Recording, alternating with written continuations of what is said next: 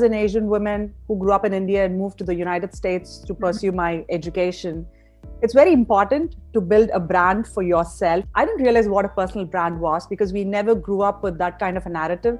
Yeah. Personal branding was more reserved for Oprah Winfrey or Richard Branson, people who had something so impactful for the world to hear. But I thought it was a nice way for me to make connections, stay in touch with people that you meet. And that's how I got started on these different connecting platforms. Personal branding is not like, a complicated concept. It's more about how are you portraying yourself? What's the kind of narrative you want to tell the public? So when somebody thinks of you, they know what exactly are your talents. And, it starts from within you.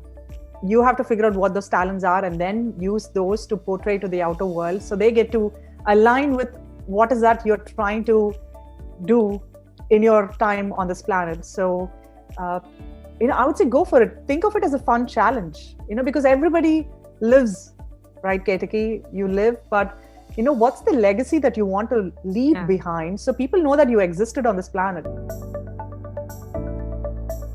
As an Asian in the DC tech space, which is where I'm based out of in Washington, DC, I felt there was always a vacuum for Asians to spotlight their stories, to share their achievements. And I was meeting a lot of my friends who were startup owners, entrepreneurs, innovators, but they never got the spotlight that they deserved. There wasn't a proper channel to communicate, especially for Asians in the media.